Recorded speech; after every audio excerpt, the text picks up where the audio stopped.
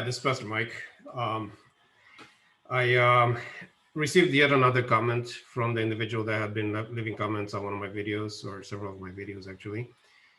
And this is going to be my last response, and I'm not going to allow any more comments on this after this because really this is not a channel for that. I'm not really interested in having conversations with last generation theology proponents for several reasons, which I'll explain in a minute. But my the reason I talked to Adam about starting this channel was more as a way to communicate with people that are not really LGBT proponents, rather like people in the Adventist Church, that mainstream Adventists, centrist Adventists, because I wanted to address some issues with them, and this conversation was one of the ways to do it.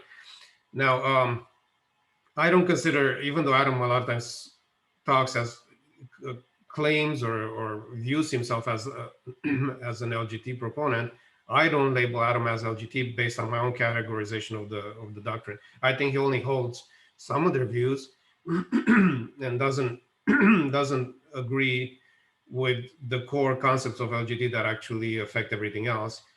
And I think it's a bad idea for him to label himself as LGBT because he's giving credibility to heretical stuff that he doesn't actually agree with. But that's up to him. That's his decision. But all I'm saying is, for me personally, my interest is not uh, entering dialogue with LGBT proponents. My interest is trying to reach out to the church in general. And the reason is because I think the previous response to last generation theology by the church has been flawed. And it has been flawed because we as a church had insufficient understanding. The past 20, 30 years or so, um, we've actually figured out certain things when it comes to theology that have made a big difference for the way we think about our own theology. And essentially what we understood is that Christianity at large gets its belief system from tradition, which its initial source was built on Greek philosophy, which has some significant problems. And we understood some of this stuff since the time of the pioneers, which is why we wanted to kind of start our own denomination. But we didn't fully understand the problems with Greek philosophy. That's just something that uh, our theologians eventually made sense of within somewhat recent history. And since that time, it has revolutionized the way we interact with Christians from other denominations. For example, I have here a collection of books by Dr. John Peckham from the seminary, from Andrews.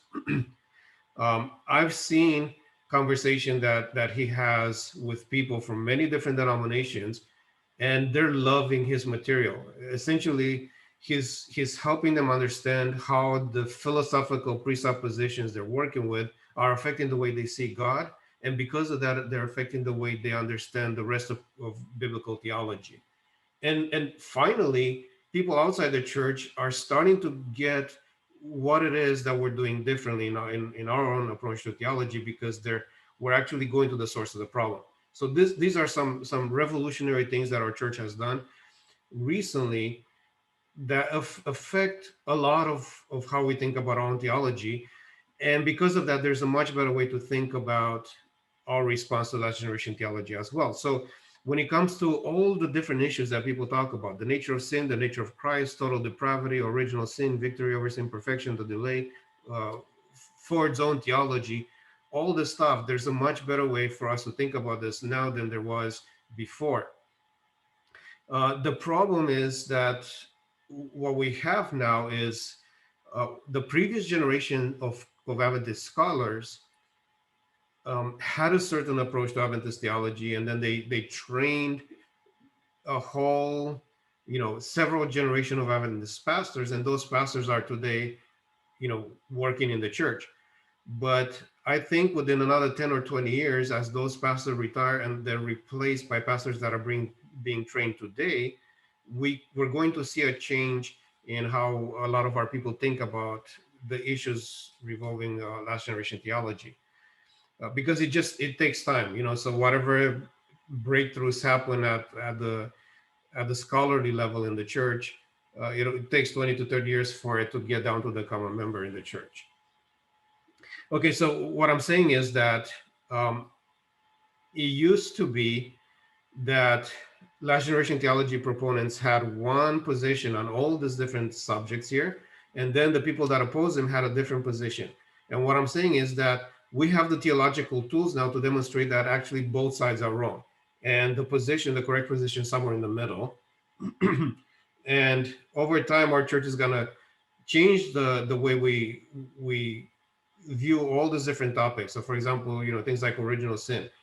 LGTers have a bad view of that topic, but so do the evangelicals and the people that we kind of sided with in the past, and the same for all these other topics. So, what I'm trying to do with this series of videos and so on, just raise awareness to the fact that we have better ways to think about these topics. Because what happens is we're just giving last generation theology proponents an opportunity to find fault without our theology, because we take certain positions that are similar to the position that the evangelicals take, and then they come in and say, no, those are not biblical, and so on. But we don't have to take those extreme positions on this topic. There's a much more solid biblical perspective.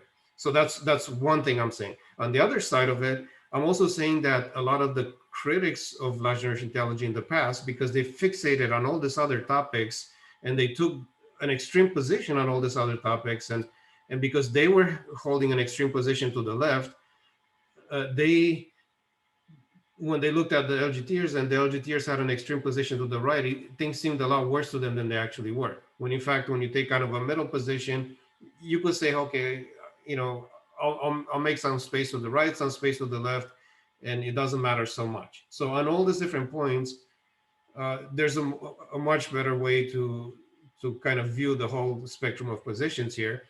But there's the one element in LGT that they didn't really fixate on as much as they should have, which is the co-redemption element that I've been talking about in all these videos, because that's an actual heresy.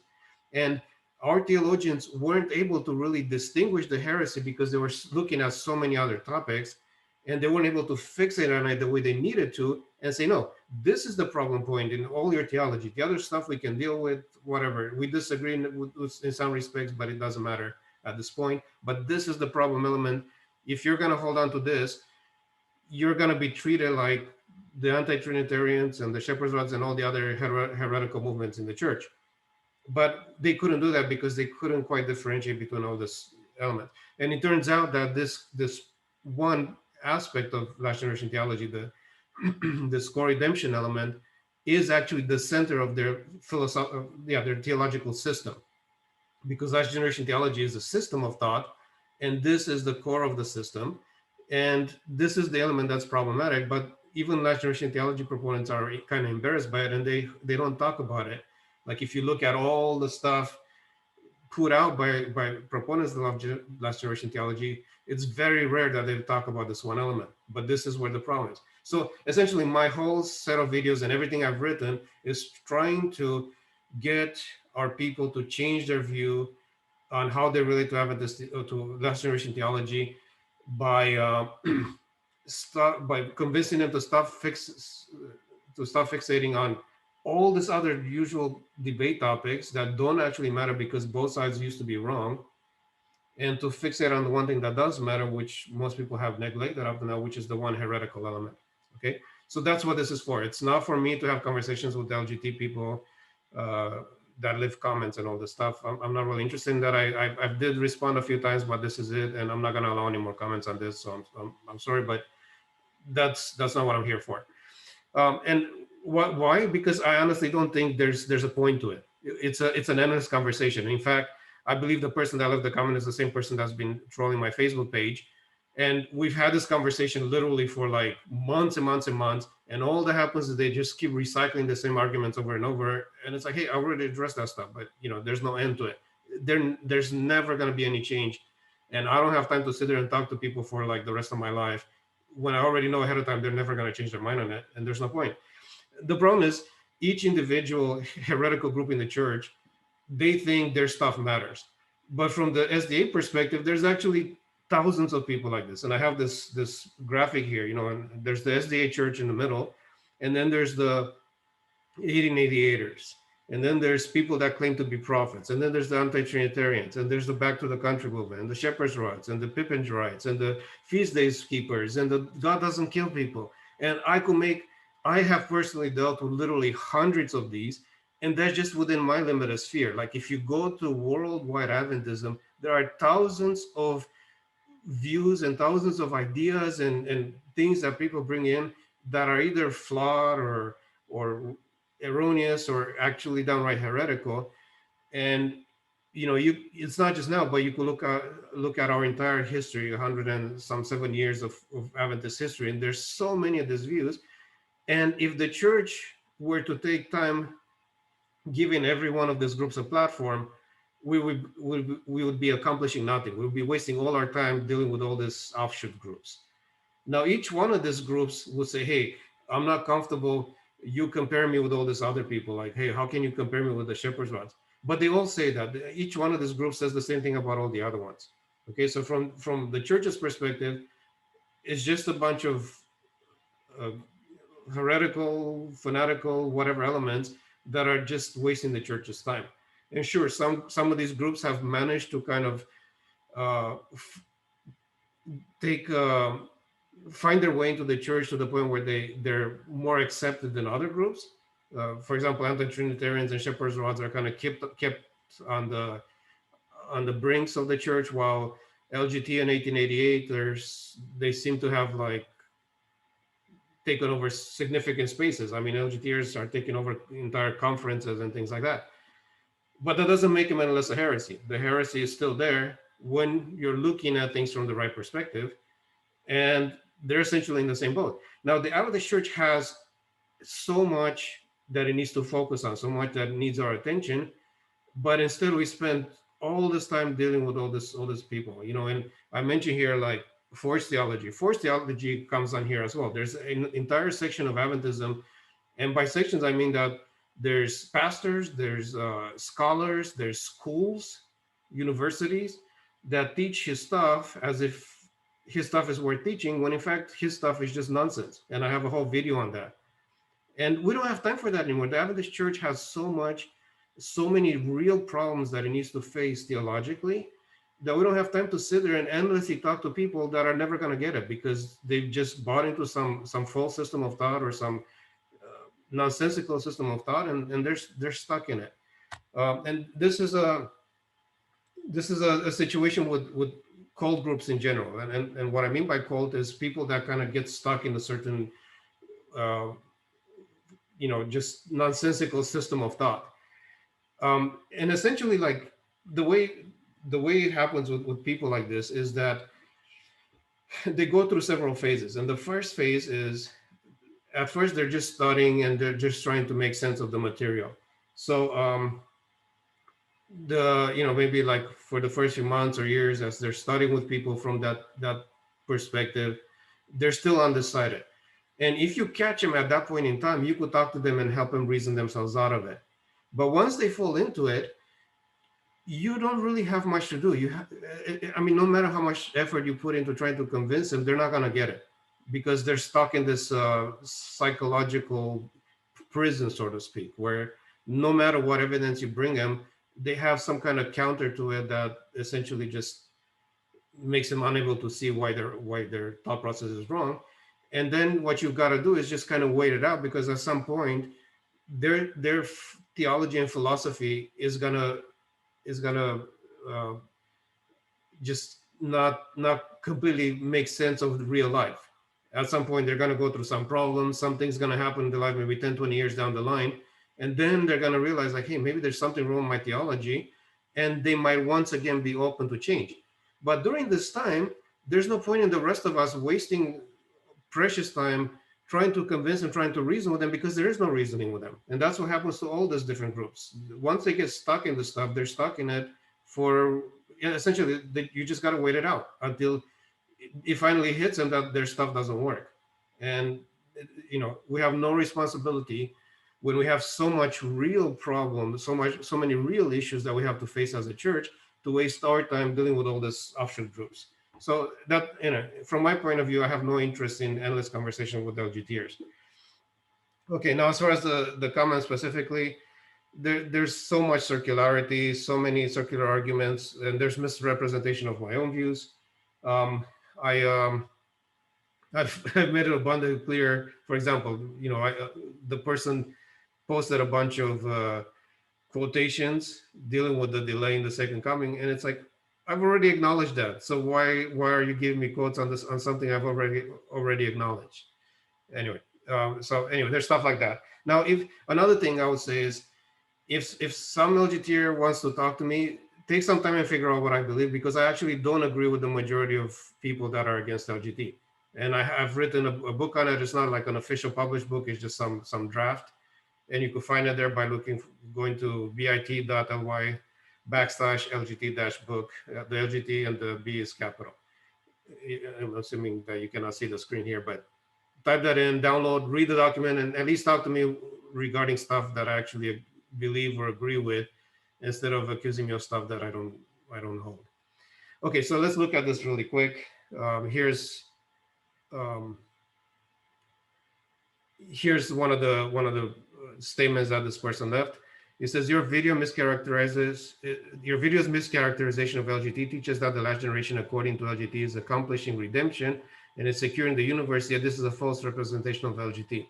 The final generation in LGT is not securing or accomplishing redemption, because probation has already closed and Christ has finished his work of mediation at that point. The fact of the matter is that the universe has already been secured by the time the final demonstration of Jacob's time of trouble takes place. Okay, so this is complete nonsense. It's just double talk. It's just all this weird reasoning that nobody takes seriously in the real world. Okay, over here where it says it's not securing or accomplishing redemption and the universe has already been secured. First of all, Andreessen would never agree with that, because in fact he's saying that that's what needs to happen for the universe to be secured. So at face value, that statement he would not even agree with.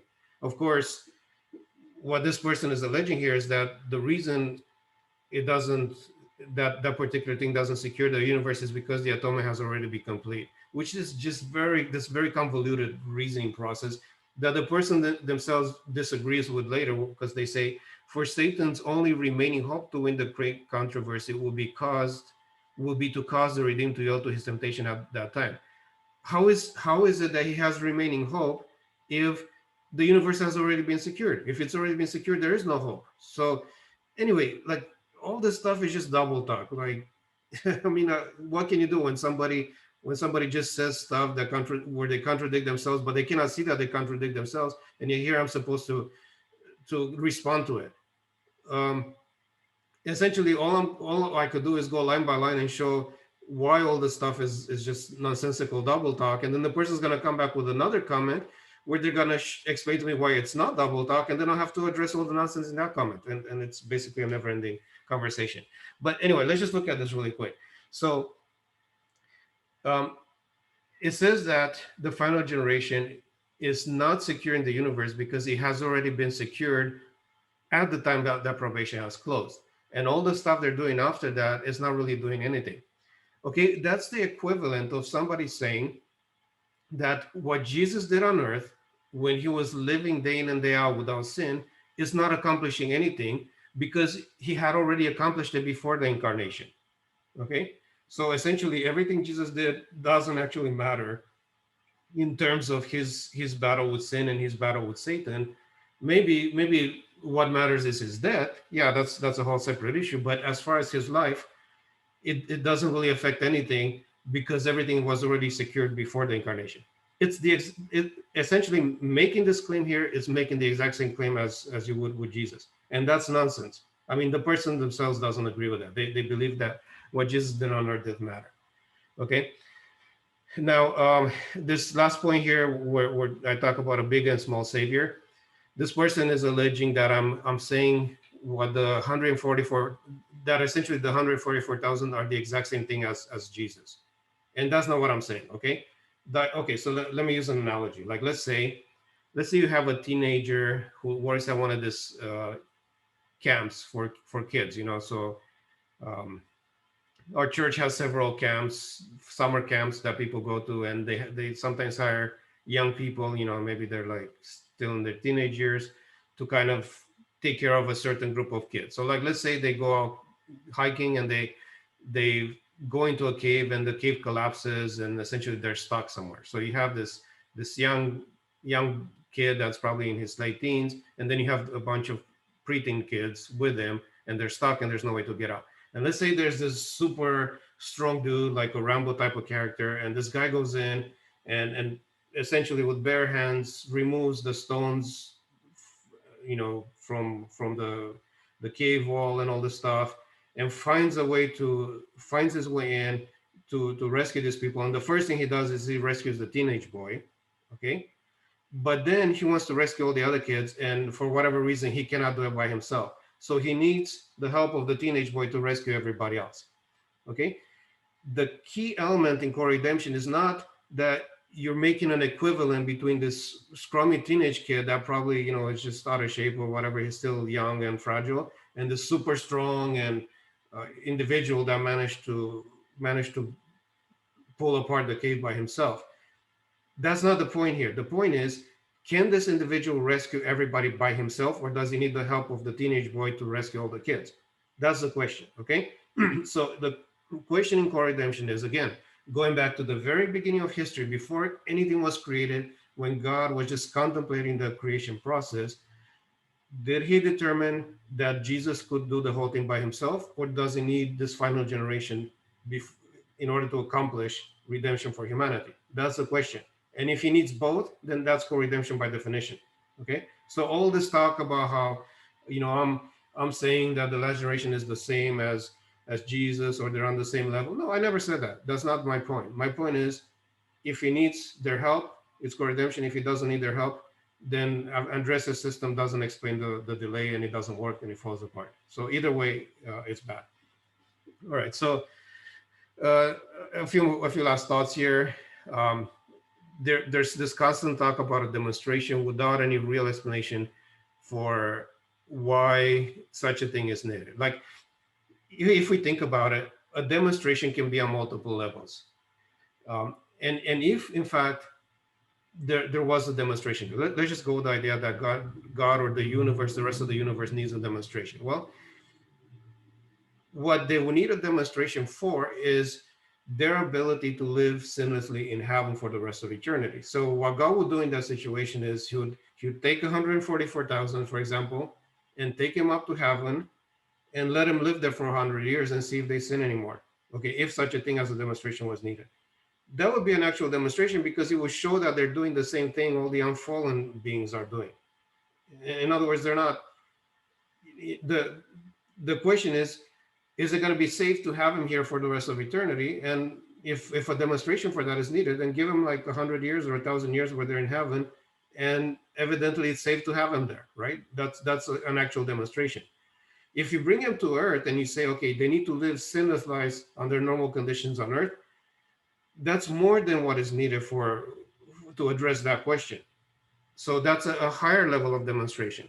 And then if you put them under difficult conditions on earth, which is stuff that people have had to go through, like, persecution, hardships, famines, whatever, that's an even bigger demonstration. So again, you have the demonstration in heaven, you have the demonstration under normal conditions on earth, then an even stronger demonstration is putting them under severe conditions on earth, and the highest demonstration is to put them under the close of probation conditions that are claimed by LGTers, which are similar to what Jesus had to go through in the wilderness and so on. So that's the highest level of demonstration needed.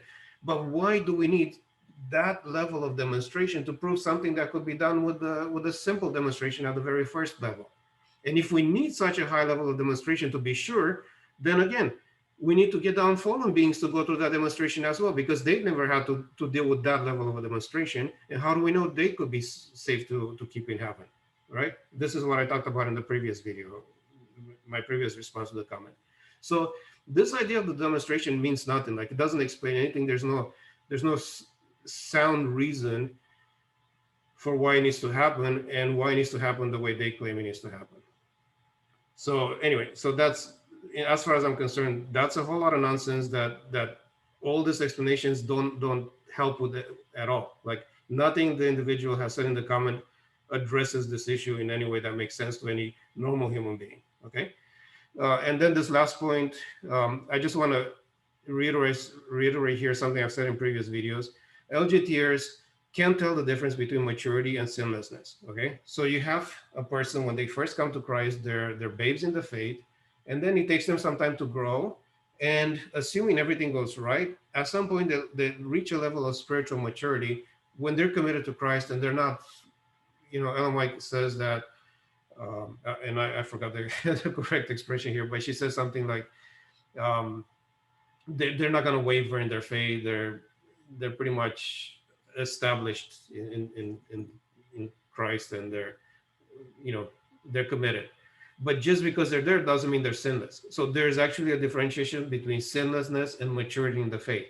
A mature person in the faith is a real Christian. It's somebody that, pretty much everybody throughout Scripture that played a significant role in Bible history. From Abraham to Moses to um, you know whoever else, Daniel and so on. Those were mature people in the faith, but they were not necessarily sinless. So LGTers kind of skim over this differentiation here, but the differentiation is biblical.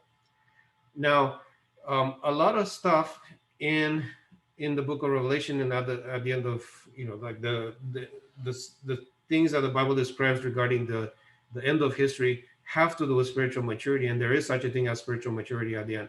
But all this other stuff that LGTers talk about, it's not really there, and it's not necessarily, it's not logical. Like there's no real reason for it to it doesn't add up to anything. It doesn't make any sense if you really think about it. So I'm just pointing this out because essentially LGTers take the attitude that if you don't take their position, that you're forced to go to some other position that is on the opposite extreme. No, there's other positions you could take on some of these topics that are kind of in between, and they don't need to be on either extreme. Okay, so you don't have to, if you abandon the LGBT stance, you don't have to go to like somebody like Ford and take their beliefs or whatever. I have an entire video where I explain that those theologies are just as nonsensical as LGBT. Okay, so you're not stuck between, two possible options or something like that, the way this individual and others try to make it sound.